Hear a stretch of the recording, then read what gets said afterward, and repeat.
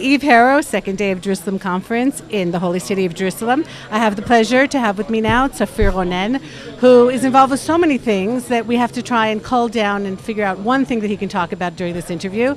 So Tzafrir, what do you want to talk about today? Jewish identity? I want to talk about something very important. The right for the land is based on the identity of the land. If the land, this land, our land, going to be called Eretz Israel, like we called it for thousands of years, right? We are the right owners. But if the name of the land going to be changed to another name, we have no right for that land. Well, Hadrian made an attempt. Exactly. Yeah, that's where Palestine comes from. Exactly. I'm writing a movie called Hadrian Curse now. Oh, yeah? The movie is basically dealing with the Palestinian bluff.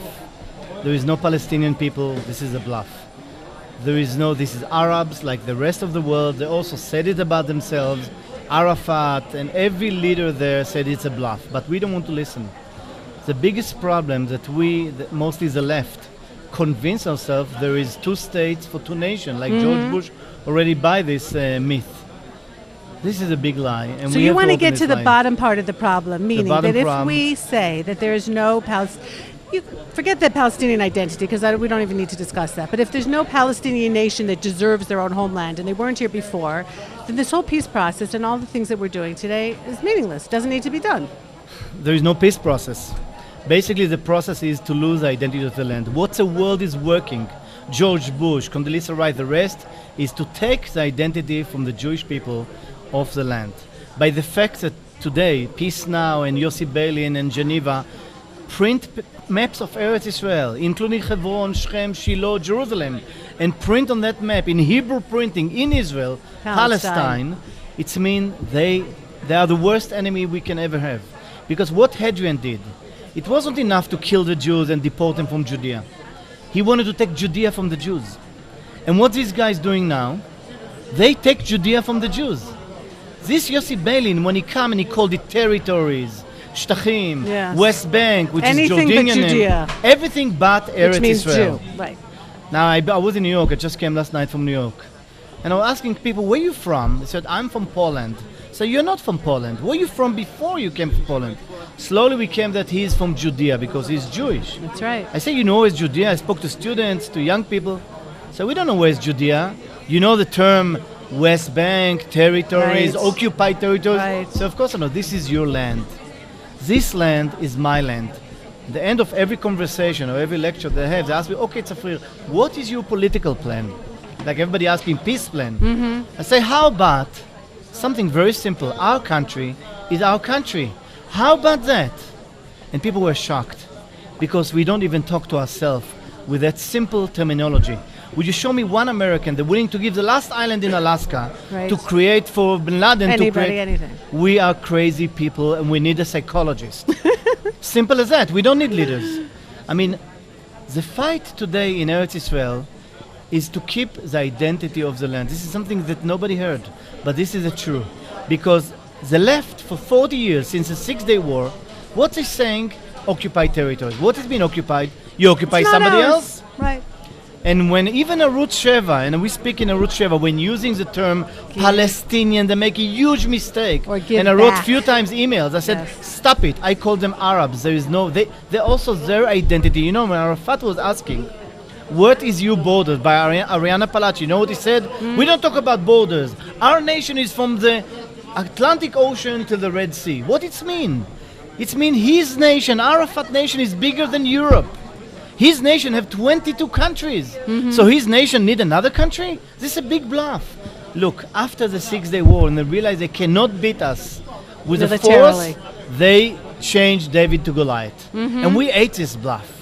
This is a big bluff. Right. So now we are the Goliath, and there is a little David, Palestinians, what called. This is a big bluff. This is the whole Palestine identity was created by Nasser in 1964. I want to give you a story. Here in Jerusalem, on Continental Hotel, when Ahmed Shukri, the PLO founder, Mount of Olives. Yes, right. Mount of Olives. He established in 1964 what's called the PLO. Came King Hussein and asked Ahmed Shukri, tell me, where is this Palestine that you want to liberate? So Ahmed Shukri told him, this is a small Israel, you know, the green line stuff. Yeah, but and King where is Hussein here? Yes. Ask him, Hussein, ask Ahmed Shukri, where it's here. like Jerusalem, Shechem, Shiloh, Hebron. Yeah. He said, this is west bank of Jordan River. When George Bush now wants to create Palestine, he wants to create it when Ahmed Shukri told Hussein this is West Bank. This is a whole identity bluff, and we've been bluffing ourselves for years. It's about time, and I'm carrying now world campaign. First of all, there is no Palestinian, there is no Palestine. I mean, if Israelis will continue and the Jews speaking about Palestinian, basically they put the knife back into the stomach. If there is Palestinian, must be Palestine. If there is Norwegian, must be Norway somewhere. I want to ask you another question. England, Holland, Finland, Deutschland, there is any question who owned the land? Right. No question. The English own England. Yes, the occupiers in North Ireland, because it's called North Ireland. It's not England. But here, if our land called Israel land, who is the right owner? Now, when they change the name, we're going to lose our country forever. Forever. We're going to lose our country to a bluff, and now we're going to be occupiers. Look what happened yesterday in Kosovo. Kosovo was the heartland of Serbia. And now, the United Nations and all these guys gave it to a bluff. And the Serbians are crazy because they didn't understand what they're doing to them. And you think we're following that same path? We are now in a great danger. If we don't fight that's the reason this campaign we're carrying. This land is my land, our land. This booklet is designed by Eli Hertz in New York. Where can people get this? Let's give a website. People can get it on the website mythsandfacts.com. www.mythsandfacts.com. In English and Hebrew. Excellent booklet with maps and everything. Okay. And Eli Hertz did amazing amount of work. He's a colonel in the Israeli army, a scholar, industrial. Excellent. Terrific work, but this is not thing. I was speaking about it for years, but he put it in one little booklet, all our rights. Now, excellent. It's something Everybody, very you've got to get this booklet. Nobody understands one thing that's the right for the land was designed by the mandate of the League of Nations. Right. Is designed to the Jewish people. State of Israel acting as a trustee, like the British mandate, which people confuse, think the mandate with the Brit. No, the British mandate, Britain, Great Britain was the mandatory force that's supposed to execute the mandate. But the mandate was given to the Jewish nation by 51 states. And we've got now to the mandate still existing. You can ask Erwin Kotler, which is here. Right. The mandate still exists. Why? Because the United Nations, when they established, they called it Chapter 80. They adopted our rights. It's San Francisco Convention. Now it's also part of the American Constitution. The Senate and the Congress in 1925 adopted it. Okay. So basically, when Condoleezza Rice and George Bush acting they're acting against international law. So international law is international law is our side for 100%. Why? When Jordan took what's called the West Bank, nobody recognized Jordan. That's rights.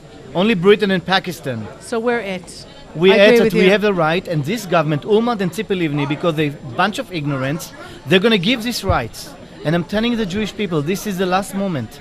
You got to unite around us, around the grassroots forces. They got the forces who understand to the save danger. the land of Israel for the Jewish people, for whom it belongs. I'll give you a small story for that, if you're interested. You have time for that? They're cutting me. I came to speak. You cut off? Okay. That's okay. That's finished? Okay. It's very interesting. I came to one of the shuls in New Jersey, and the rabbi said, look, we don't want to talk politics. So I asked him, Rabbi, in our 2,000 years exile history, would one rabbi in the morning said Eretz Israel is politics, or I decided to drop Eretz Israel? Right. Would you say one more second to rabbi? When I told him that, he said, you know what, you're right. Kameno, and the rabbi is very lefty. He's raised money for Kosovo, for Muslims, for here, there. Darfur. Very lefty, one of the worst.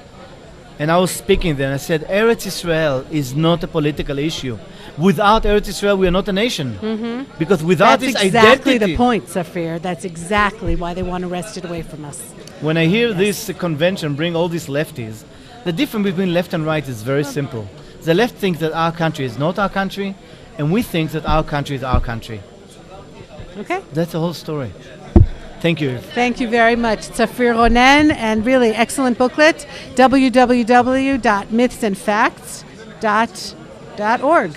.org. Yes, everybody should get a copy. It is in English, not just in Hebrew.